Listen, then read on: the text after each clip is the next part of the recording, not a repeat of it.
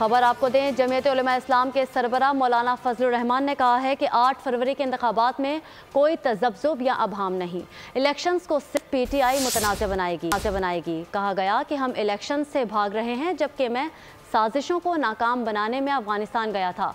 बोल न्यूज़ के शो तब्दीली डॉक्टर दानिश के साथ में गुफ्तगू करते हुए मौलाना फजलुर रहमान का कहना था कि पाक अफगान मस्बत ताल्लुकात ज़रूरी हैं। एक सवाल पर उनका कहना था कि अमन व अमान का मसला इंतखाबात में अहम होगा, ठंड और खौफ की वजह से धांधली हो सकती है। गैर सियासी अनासर सारे तालाब को गंदा करते हैं। इलेक्शन के इनेकाद का ताल्लुक है, मेरे ख्याल में हमें अब किसी किस्म का तजब्जुब दूर कर देना चाहिए और आम आदमी भी अब वोट डालने के लिए तैयार हो गया है।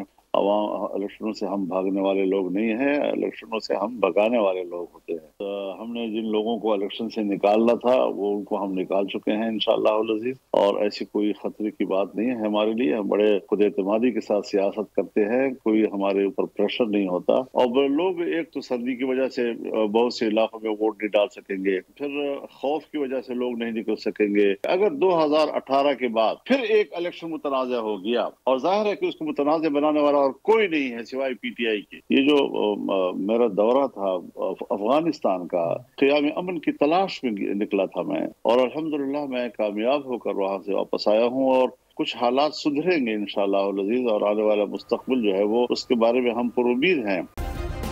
सब्सक्राइब करें और बेल दबाएं ताकि कोई खबर रह न जाए।